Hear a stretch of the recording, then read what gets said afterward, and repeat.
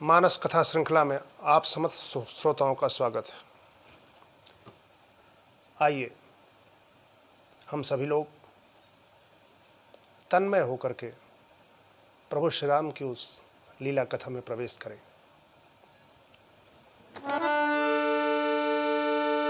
बोलिए सियावर रामचंद्र भगवान की जय, उमापति महादेव की जय।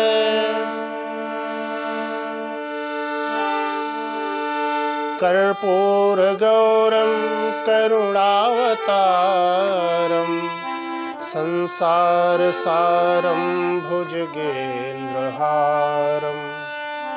सदा वसंतं हृदयारविंदे भवं भवानी सहितं नमामि। बोले उमापति महादेव की जय। गोस्वामी तुलसीदास जी महाराज जी ने बड़े सुंदर ढंग से उमा और शंभु चरित्र का वर्णन किया है और एक बहुत तात्विक बात है। भगवान भोलेनाथ के 11 अवगुणों का वर्णन किया गोस्वामी जी ने, तो 11 सुलक्षणों का वर्णन किया पार्वती के। 11 संख्या का जोड़ा है क्योंकि रुद्र का अवतार 11 है। भगवान भोलेनाथ के 11 अवतार माने गए हैं शास्त्रों के अनुसार। और इस विवाह प्रसंग को गोस्वामी जी ने 11 दोहों में समेटा है। इस प्रकार से अपनी काव्य कला का प्रदर्शन करते हुए गोस्वामी जी ने मर्यादा का पालन करते हुए जिस चरित्र को आप सुन चुके हैं, श्री पार्वती उमा विवाह का चरित्र, उसके निष्कर्ष में लिखा गोस्वामी जी ने कि हर गिरिजा कर भयो विवाहु। विवाह संपन्न हुआ। भगवान भोलेनाथ अपने गणों के सहित कैलाश पर्वत पर विराजमान होते हैं और जितने बाराती थे उनके साथ गए हुए देवता लोग, वो सब भी अपने अपने लोक को सिधार जाते हैं, प्रस्थान करते अपने अपने लोक को। लेकिन एक बात कई भावुक भक्त पूछते हैं कि भगवान भोलेनाथ के विवाह में हुए सम्मिलित सारे देवता, तो भगवान भोलेनाथ ने कैलाश पर्वत पर आकर इनको विदाई नहीं दिया। विदा करना चाहिए था इनको, जैसा शिष्टाचार है सनातन धर्म का। और गोस्वामी जी ने मात्र इतना ही लिख दिया,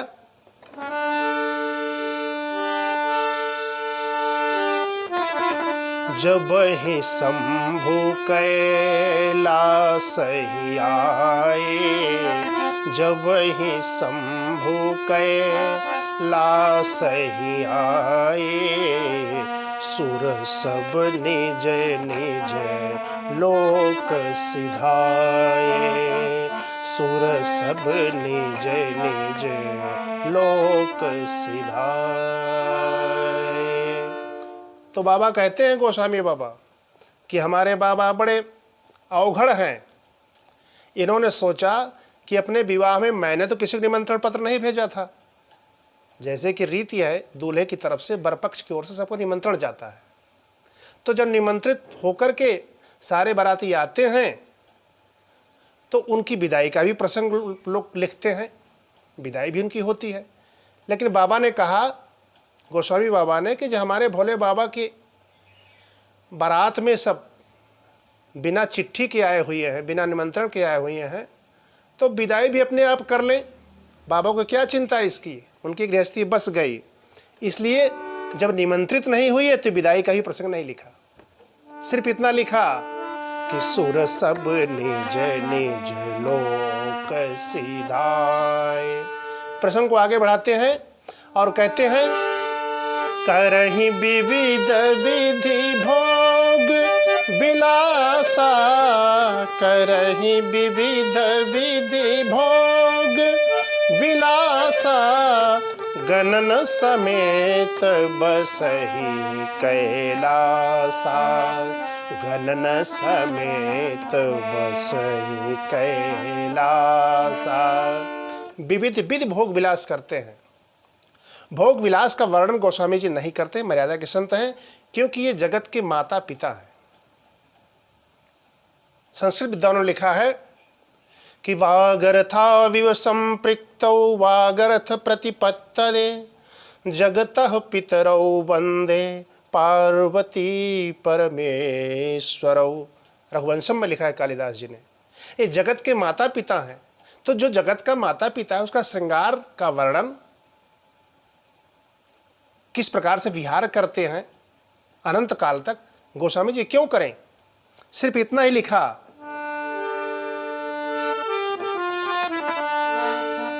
कि हर गिरिजा बिहार नित नयऊ, हर गिरिजा बिहार नित नयऊ। एहि विधि विपुल काल चली गयऊ, हर गिरिजा बिहार नित नयऊ। उसके बाद कथाक्रम को आगे बढ़ाया। तब जन्मेऊ खड्गबदन कुमारा।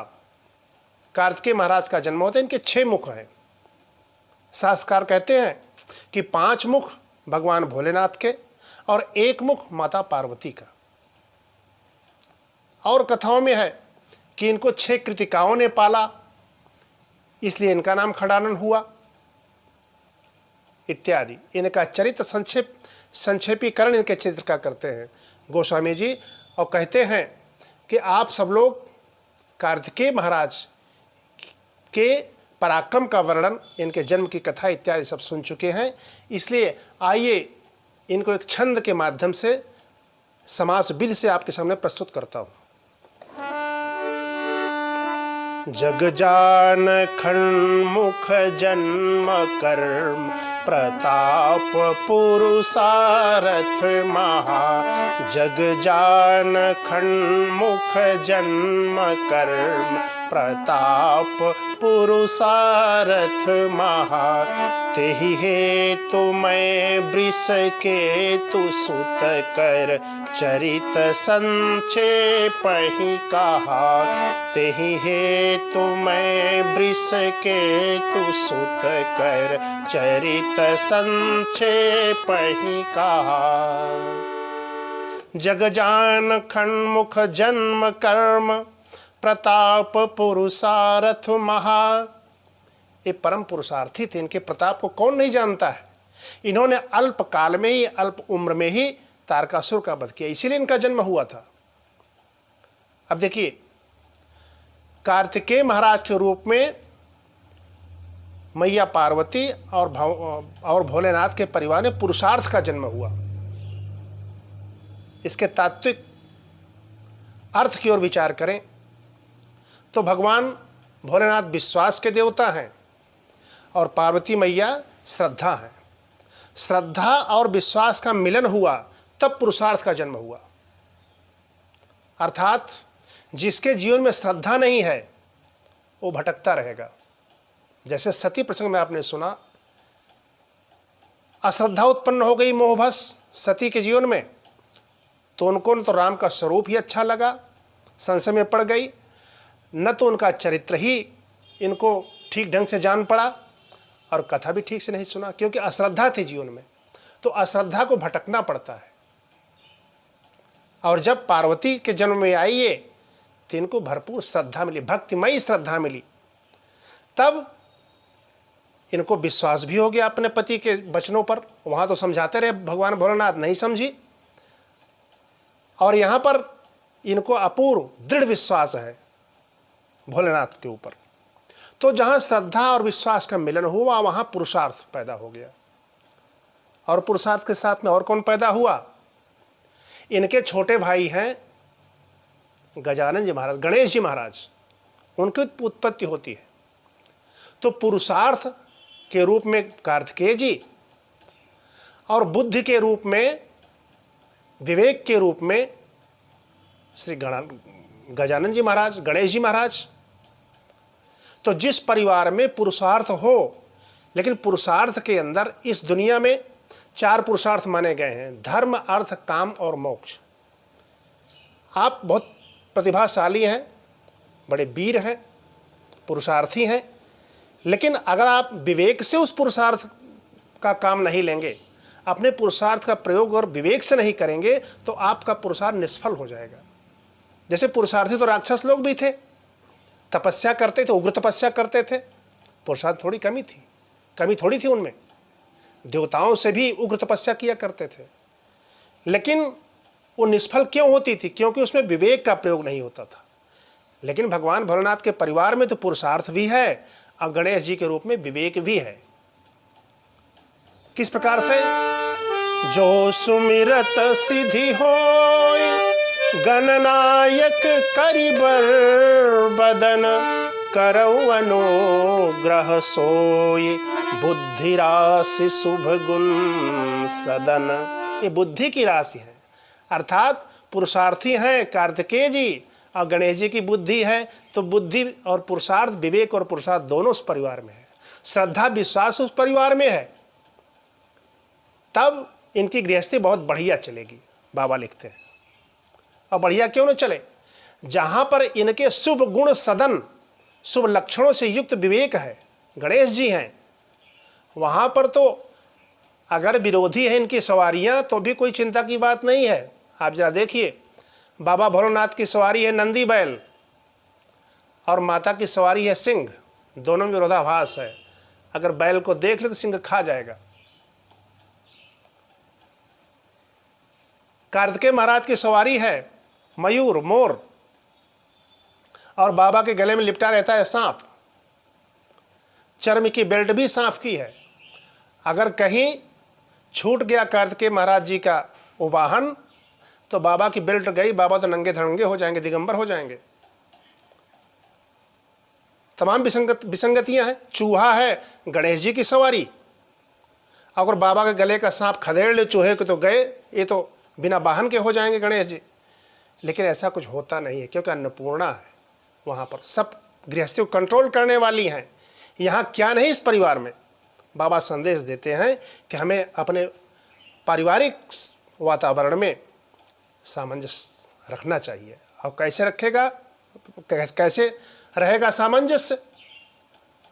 श्रद्धा, विश्वास, पुरुषार्थ, विवेक सब हो तब रहेगा।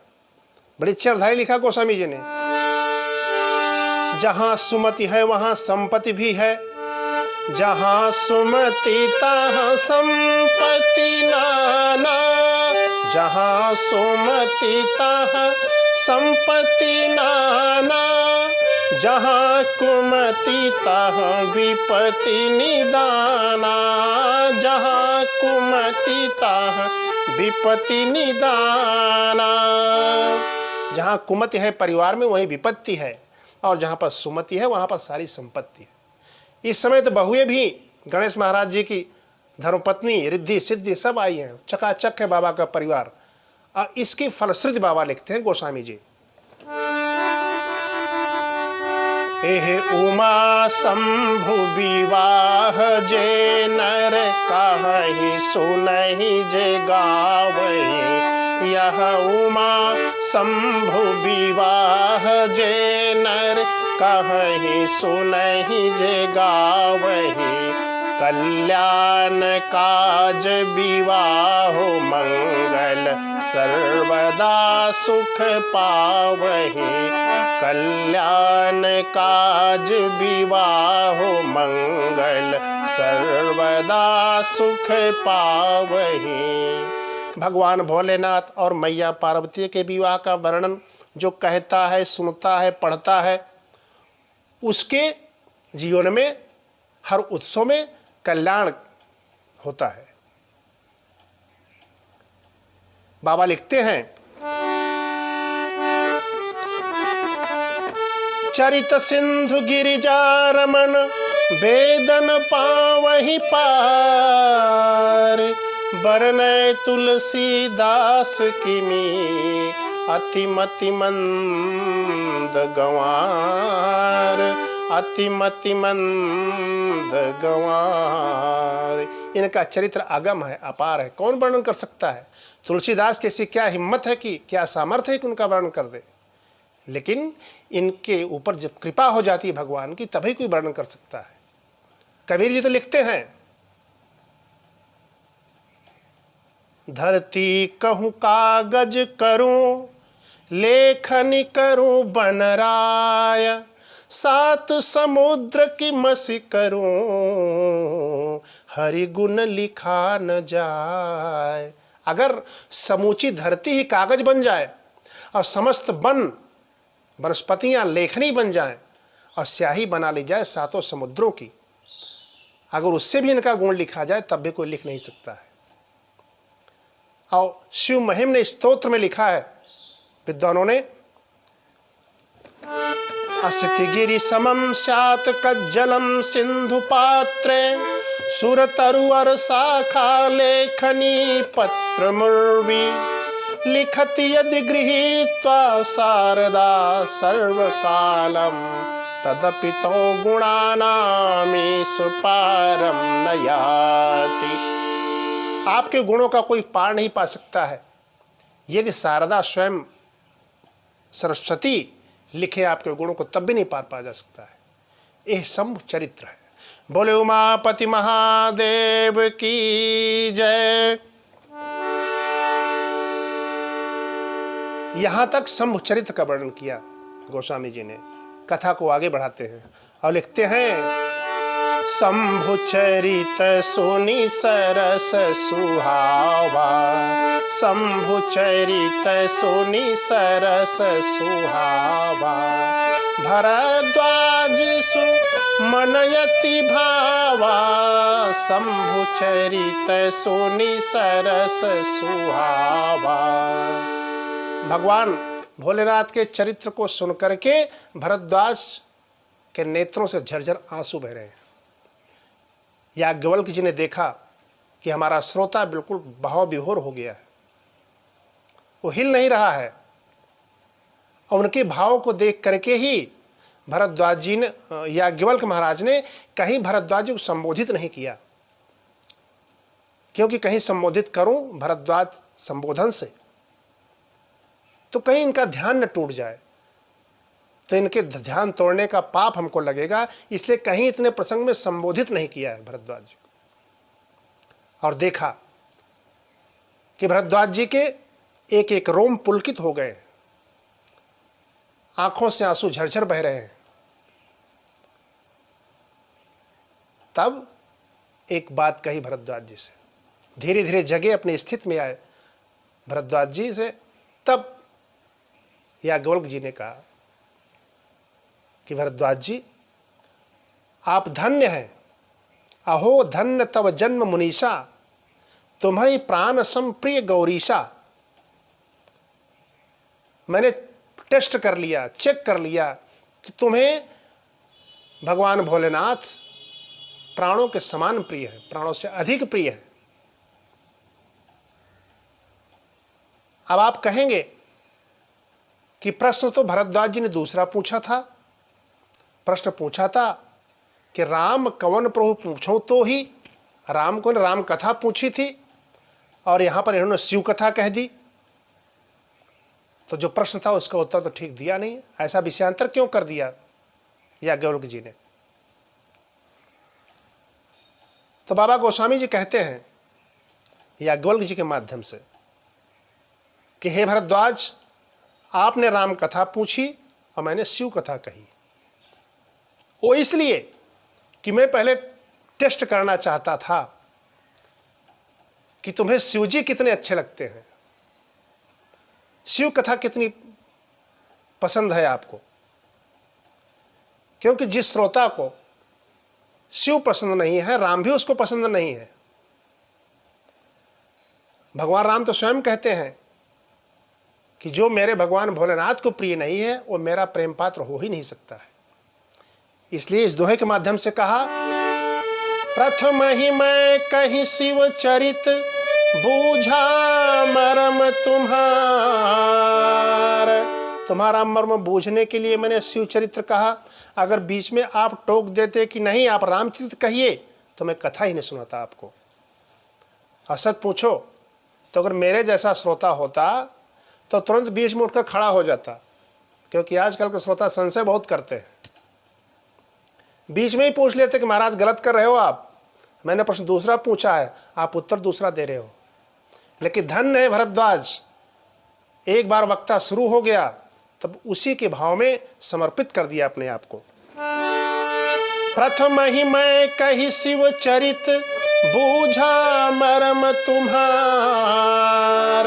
आपका मर्म पता करने के लिए मैंने ये चरित्र कहा, आपने टोका टाकी नहीं की, तो रिजल्ट क्या आया? सुचि सेवक तुम राम के, रहित सक रहित समस्त विकार। समस्त विकारों से रहित है। अर्थात जब तक भगवान भोलेनाथ को प्रसन्न न किया जाए तब तक कोई भी जप तप अनुष्ठान पूरा हो ही नहीं सकता है। इच्छित फल बिन शिव औराधे, लहीन कोट जोग जप साधे। इसलिए भगवान भोलेनाथ का चरित्र भगवान राम के चरित्र के पहले सुनाया गया और आप कथा के वास्तविक अधिकारी हैं। अब मैं कथा कहूंगा। बोलिए उमापति महादेव की जय। और तब भगवान राम की कथा को याज्ञवल्क्य जी कहते हैं और फिर कथा को बढ़ाते हैं। कहते हैं कि भगवान भोलेनाथ एक बार नित्य कर्म से निवृत्त होकर के खूब बढ़िया श्रृंगार करके बैठ गए कथा कहने के लिए उस बट वृक्ष के नीचे कैलाश पर्वत पर। मां उमा ने देखा आज बड़े प्रसन्नचित्त हैं भगवान भोलेनाथ। उनका वेश कैसा है? जटा मुकुट सुर सरित सिर, लोचन नलिन विशाल, नीलकंठ लावण्य निधि, सोह बाल विधु भाल। उन्होंने जटाओं का मुकुट बना लिया है और उन जटाओं के ऊपर गंगा जी प्रवाहित हो रही हैं। विशाल नेत्र हैं, नीला कंठ है, सुंदरता की परिसीमा है भगवान भोलेनाथ। और द्वितीया का चंद्रमा भी उनके सिर पर विराजमान है। इसका वर्णन कैसे किया? गोस्वामी जी ने अपना भाव दिया और कहा वक्ता के सिर पर जटाएं होनी चाहिए। वो जटाएं कैसी हों? बाबा ने गृहस्थी बसा लिया है, भोले बाबा ने, तो गृहस्थी के तमाम समस्याएं, तमाम झंझट, तमाम विपत्तियां जो जटा के रूप में हैं वो आपके मस्तक पर डंक मारेंगी, लेकिन उन विपत्तियों से पार पाना है आपको। तो बाबा ने उन जटाओं को अपने सिर के ऊपर सुंदर बना करके बांध लिया है। आप भी और हम भी गृहस्थाश्रम के इन विपत्तियों को, समस्याओं को, झंझटों को दूषण से भूषण बना करके बांध लें और तब उन जटाओं से अशांति की गंगा नहीं बहेगी, अशांति की धारा नहीं बहेगी अगर आप उसको भूषण बना लेंगे तो। लेकिन शर्त इस बात की है कि उन जटाओं के ऊपर जैसे बाबा ने गंगा को विराजमान कर लिया है, उसी प्रकार से आपके सिर पर भी, आपकी बुद्धि पर भी भक्ति की गंगा बहे, राम कथा की गंगा बहे, तब आपका जीवन सार्थक हो जाएगा। तब वो जो जटाएं हैं, जो विपत्तियां हैं, जो बाधक हैं, वो स्वयं साधक बन जाएंगी। राम भक्ति जहां सुरसरी धारा, सरसी ब्रह्म विचार प्रचारा। तो बाबा भोलेनाथ के सिर पर गंगा विराजमान, उनकी धारा से शांति की गंगा बह रही है। जटा मुकुट सुर सरित सिरु, लोचन नलिन विशाल। और क्या कहा? नीलकंठ लावण्य निधि। कंठ नीला पड़ गया जिसका उनका नाम नीलाकंठ, नीलकंठ है। बोले नीलकंठ महाराज की जय। आप जरा सोचें, बाबा ने विष पिया और वो विष अमृत बन गया उनके गले में जाकर के। कैसा अलौकिक दर्शन करा रहे हैं बाबा गोस्वामी जी। आप किसी पात्र में विष डालें और फिर उसी पात्र को उलट करके गिलास में उसको डालें, उस द्रव को, तो क्या होना चाहिए? हम आप कहेंगे कि विष डाला है तो विष ही निकलेगा उसमें से। लेकिन बाबा ने यहां पर गजब का कमाल किया है। डाला तो विष लेकिन निकला अमृत। किस प्रकार से? करी प्रणाम राम ही त्रिपुरारी। उस गले में विष है लेकिन उस गले से अमृत निकल रहा है। करी प्रणाम राम ही त्रिपुरारी, हरसि सुधा सम गिरा उचारी। करी प्रणाम राम ही त्रिपुरारी, हरसि सुधा सम गिरा उचारी। इसी प्रकार से गृहस्थी में हम रहें तो हमें परिवार के छोटों का, समाज के छोटों का, पूरे समाज के लोगों का विष भी कभी कभी पीना पड़ जाएगा, लेकिन उस विष से हमको व्याकुल नहीं होना चाहिए, बल्कि सभी को संतुष्ट करने वाला हमारा स्वभाव हो और सबको अमृत के समान सबकी समस्याओं को शांत करें, हम सबको आश्वस्त करें। तो ये है गृहस्थाश्रम के जीने की कला है, जो भगवान भोलेनाथ के माध्यम से गोस्वामी जी प्रस्तुत करते हैं। सोह बाल विधु भाल, बाबा के सिर पर वक्र चंद्रमा है। समाज में आपको कई टेढ़े लोगों से, टेढ़े स्वभाव के लोगों से वास्ता पड़ेगा, उनको भी धारण करना, उनको निकालेंगे थोड़ी। ये तो गृहस्थ जीवन है, गृहस्थाश्रम तो यही है। बड़ा कठिन है इसमें सामंजस्य मिलाना। बाबा ने उनको धारण किया तो वक्र भी, जो चंद्रमा वक्र है उसका भी टेढ़ापन खत्म हो गया और जगत के लिए वंदनीय हो गया। ऐसा जीवन होना चाहिए, आदर्श युक्त जीवन, जो भगवान भोलेनाथ का है।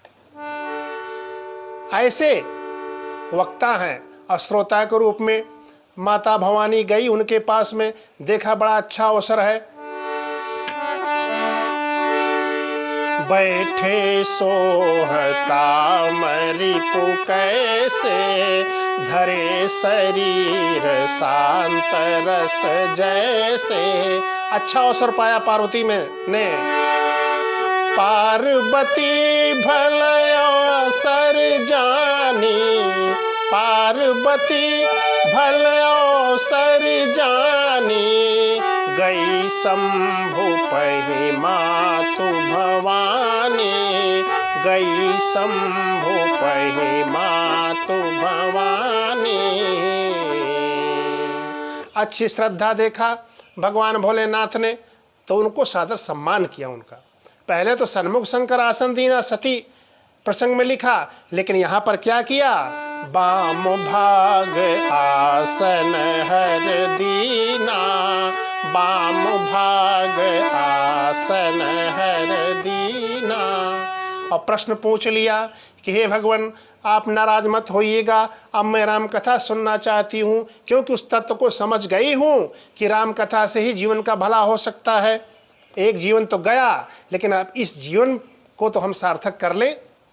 मेरे श्रोताओं, हमको समझने की ज़रूरत है इस बात की। जो दिन गए वो गए, लेकिन जब से चेतो तभी से सही है। जितने जीवन बचे हैं किसी को कुछ पता नहीं है। 1 साल 2 साल, 1 पल 2 पल, किसी को कोई भरोसा नहीं। इसको सार्थक किया जाए और सुना जाए और प्रश्न किया जाए। कौन सा? कथा जो सकल लोक हितकारी, कथा जो सकल लोक हितकारी। सोई पूछन चाह शैल कुमारी, सोई पूछन चाह शैल कुमारी।